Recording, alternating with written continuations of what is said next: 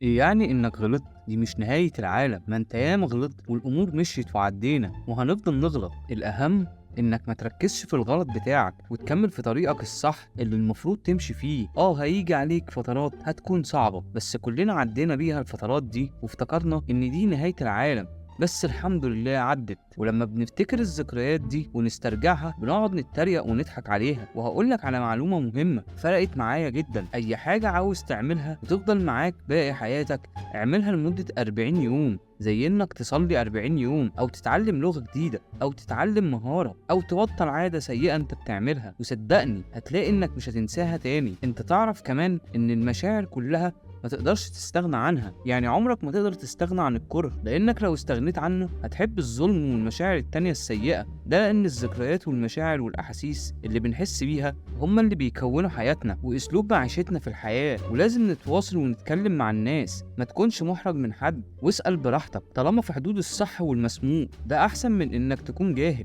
فيلمنا النهارده بيحكي عن رايلي اللي مخها كبر وهي كبرت معاه، ومشاعرها واحاسيسها كبرت كمان. ومشاعرها القديمة كانوا ماشيين زي الفل، بس دخلت في مرحلة المراهقة لحد لما بتظهر المشاعر الجديدة وأحاسيس المراهقة وانسجامهم مع بعض كلهم. تفتكروا رايلي هتقابل المشاعر الجديدة وهتتصرف ازاي؟ لو لسه ما عملتش اشتراك للقناة ادينا اهو بفكرك قبل ما يبدأ الفيلم، وعايزك تنزل تصلي على سيدنا محمد في التعليقات وتدعي لاخواتنا.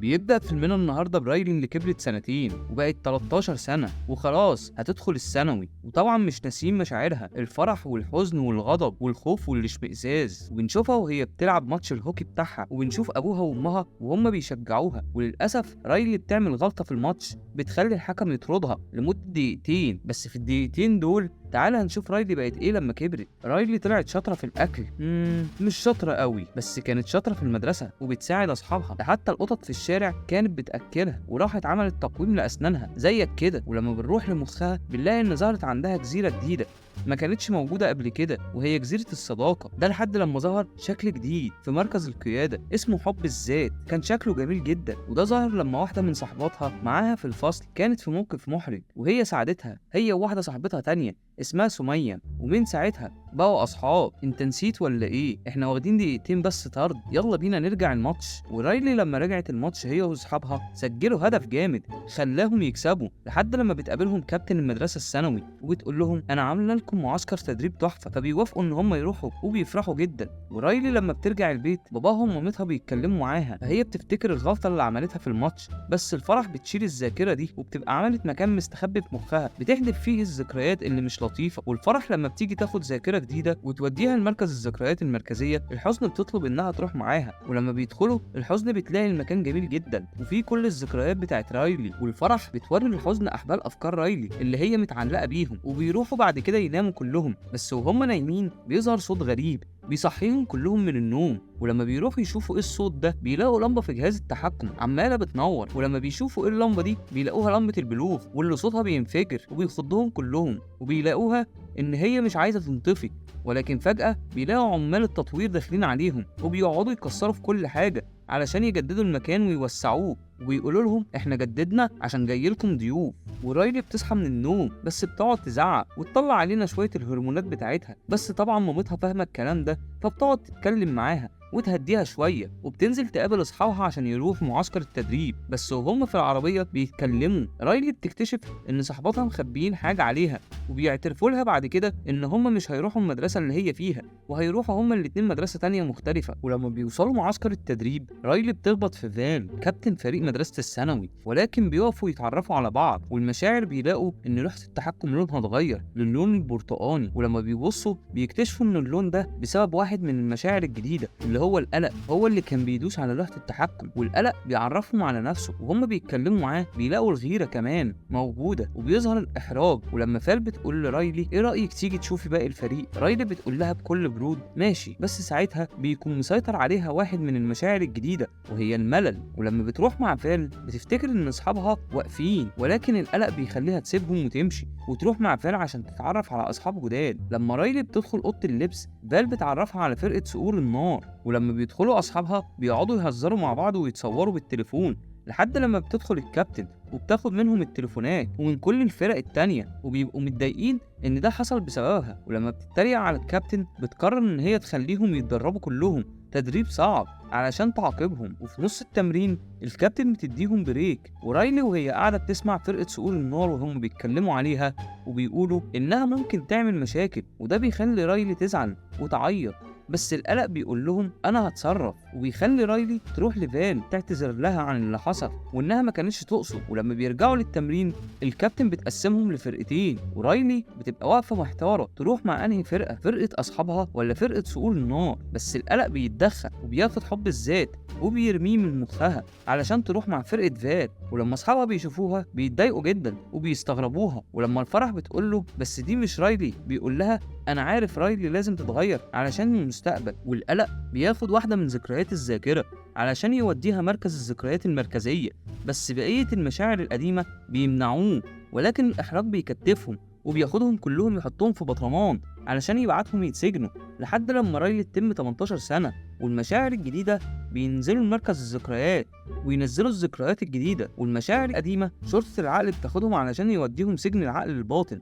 وهناك بيقابلوا حاجات كانت موجودة في ذاكرة رايلي زي بلوفي ولانس اللي موجود في لعبة الفيديو، والضلمة اللي موجود في فيلم أوراين هتلاقيه في علامة الآي اللي فوق. والفرحة بتحكي لهم إن القلق سيطر على مركز العقل والذكريات وإنهم لازم يخرجوا من هنا فعلا. بلوفي بينده على محفظته واللي بيكون فيها ديناميت، والغضب بياخدها وبيفجر باب الخزنة وبيخرجوا والشرطة بتشوفهم، ولكن لانس بيتدحرج وبيخليهم يضربوا في بعض ويسجنوا نفسهم في الآخر. والمشاعر القديمة بيهربوا وبيقرروا إن هم يروحوا يدوروا على حب الذات اللي كان القلق رماها ويرجعوا مركز العقل تاني. ولما بيمشوا في الطريق بيوصلوا عند نهر الوعي، واللي الفرحة بتطلب من حزن إن هي ترجع لمركز العقل تاني علشان هي حافظة وحدة التحكم ويبقى سهل عليهم إن هي ترجعهم تاني، وهيتواصلوا مع بعض من خلال أجهزة اللاسلكي. وبنشوف رايلي وهي الصبح بدري عمالة بتتمرن لوحدها، بيكون القلق متحكم في رايلي، وبتلاقي فال دخلت عليها وبتقعد تتكلم معاها، وفال بتحفزها إنها لازم تتدرب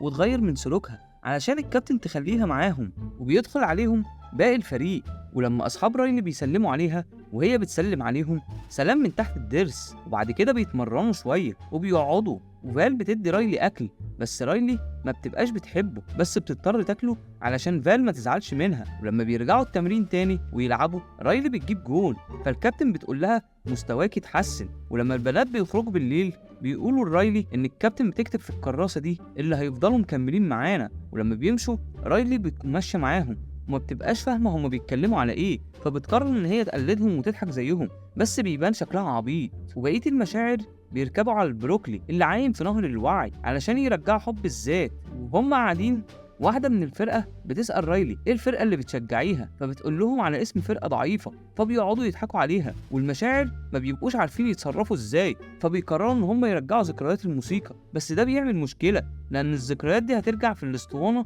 اللي موجودة فيها الحزن. وفعلا حزن بتخش مركز التحكم بس محدش بيشوفها، والاحراج والحسد والقلق بيبقوا متلخبطين ومش عارفين يعملوا ايه، لحد لما الملل بتقوم وتخلي رايلي تستهزأ فعلا بالفريق الضعيف اللي قالت عليه. وساعتها نهر الوعي بيحصل فيه انهيار، وده بيخلي المشاعر اللي كانوا واقفين على البروكلي ينطوا ويهربوا ويقرروا ان هم يغيروا طريقهم علشان يوصلوا. وفرقة صقور النار بيسيبوا رايلي وبيدخلوا يناموا، والخوف والاشمئزاز والغضب بيقولوا الفرح انهم متضايقين من الوضع ده. والفرح بتنهار وتقعد تعيط وتقول لهم انا مش عارفه الاقيها منين ولا منين، مش عارفه اتصرف ازاي، بس المشاعر بيتكلموا معاها بحنيه وبيشجعوها. والغضب بيروح للعمال اللي هم شغالين في المكان وبياخد منهم خرطوم الذكريات التالفة وبيطيروا كلهم لحد لما بيوصلوا على نقطة علشان يشوفوا منها، وفعلا بيشوفوا الطريق اللي هيوديهم.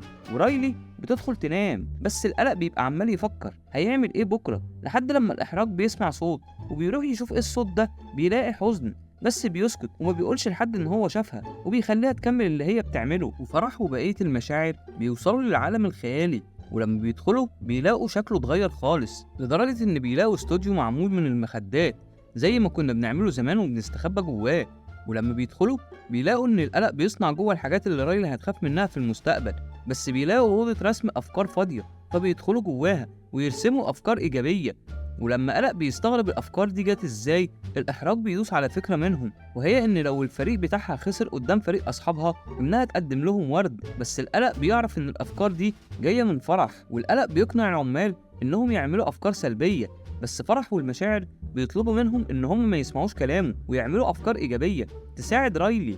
وفعلا العمال كلهم بيعملوا أفكار إيجابية ويقرروا إن هم ما يسمعوش كلام القلق، وبيكسروا المكان علشان ما يسمعوش كلامه السلبي تاني، وبيعملوا حرب المخدات بينهم وبين بعضيهم. والمشاعر بيهربوا لما بيلاقوا الشرطة جت تقبض عليهم، وبيدخلوا ممر الوظايف اللي رايلي عايزاها، وبيمسكوا في بالونة القاضي وبيطيروا بيها، والشرطة ما بتعرفش تمسكهم. وقلق ما بيعجبهوش الأفكار الإيجابية دي، فبيقرر يخلي رايلي تعمل حاجة مجنونة، وإنها تروح تفتح الكتاب بتاع المدربة وتشوف هي كاتبة عنها إيه. وحزن بتكلم فرح من جهاز اللاسلكي وتقول لها إن رايلي هتروح أوضة الكابتن، ففرح بتقول لها امنعيها إن هي تعمل كده، فبتروح حزن تاخد ريموت لوحة التحكم من ملل وبتسيطر عليه. بس قلق بيعرف هي موجودة فين وبيضحك عليها وياخد الريموت منها ويكتفها عشان ما تعملش حاجة تاني، وبيخلي رايلي تفتح الكتاب بتاع الكابتن وبتكتشف إنه كاتب عنها إنها لسه مش جاهزة. فالقلق بيحاول إن هو يشوف أفكار جديدة، والأفكار بتبقى موجودة على شكل لمض،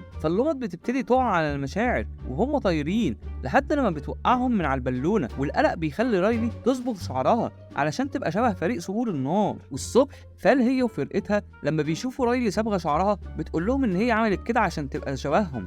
وفرح وبقية المشاعر بيكونوا وصلوا لجبل الذكريات المستخبية وبيلاقوا فعلا حب الذات، بس في الوقت ده بيكون القلق ونزل معاه ذكرى في مركز الذكريات المركزية، وده بيخلي المركز كله مليان بالقلق، لدرجة إن الشعار الأساسي لرايلي ساعتها بيبقى أنا مش شاطرة كفاية عشان أفوز، وبيبقى طلع بدل مركز حب الذات كره الذات، وده بيأثر على رايلي. بس الإحراج ما بيكونش عاجبه الكلام ده، فبيفك الحزن ويسيبها. والحزن لما تيجي تروح عشان تشفط بقية المشاعر من جبل الذكريات المستخبية، القلق بيهد الماسورة اللي موصلة لحد الجبل، والفرح بتقعد ما بتبقاش عارفة تعمل ايه، وبتقول لبقية المشاعر انا مش عارفة اوقف القلق ازاي. يمكن الفرح بيقل لما الواحد بيكبر. انا عاوزة انقذ رايلي من كرهها للذات، ولازم اوصل لها الاحساس بحب الذات تاني، والا رايلي مش هترجع لطبيعتها تاني. ورايلي وهي داخله المباراه وبتلعب كويس جدا بتجيب اول جول ليها، والغضب بيخليهم يندهوا على محفظه بلوفي وبيطلعوا منها ديناميت كتير. ورايلي لما زميلتها اللي معاها في الفريق بتبقى رايحه تجيب جول،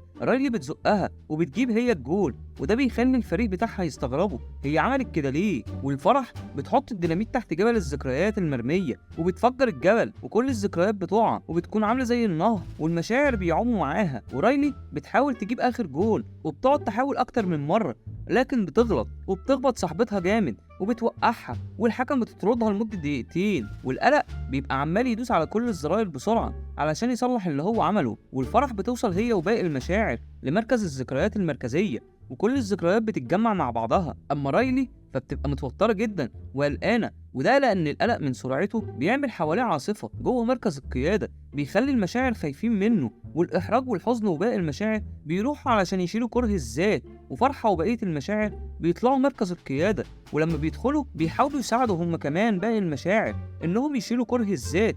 بس الفرحه بتقرر ان هي تدخل جوه دوامه الخوف وتنقذ القلق، وبتقوله ان رايلي هتبقى كويسه لو هي فكرت من نفسها وسيبناها هي اللي تختار المشاعر بتاعتها. وفعلا القلق بيسيب لوحه التحكم، وفرحه بتشده وبيخرجوا بره العاصفه وبيكسروا كره الذات ويبدلوها بحب الذات. والقلق بيعتذر للفرح وبيقول لها ان لازم رايلي هي اللي تحدد مشاعرها. فرحة بتفتكر لما كانت بترمي الذكريات اللي هي شايفة إن هي مش مهمة، فبتقرر إن هي تشيل حب الذات وتخلي الذكريات اللي في مركز الذكريات المركزية تطلع هي صفات وأحاسيس جديدة زي الأنانية والحنية والخوف والضحك والأسف وصفات كتير غيرهم، وده بيخلي المشاعر كلهم يحضنوا الصفات الجديدة لحد ما العاصفة بتنتهي. وصحاب رايلي القدام بيروحوا يطمنوا عليها، بس هي بتقول لهم إنها زعلانة إن هم هيروحوا مدرسة ثانوي تانية، وبتعتذر لهم عن قلة الذوق اللي عملتها معاهم، وهم بيسامحوها وبيوعدوها إن هم هيفضلوا صحاب على طول، وكلهم بيحضنوا بعض. ولوحة التحكم بتنادي الفرح عشان تخلي رايلي مبسوطة، ولما فرح بتحط إيديها على لوحة التحكم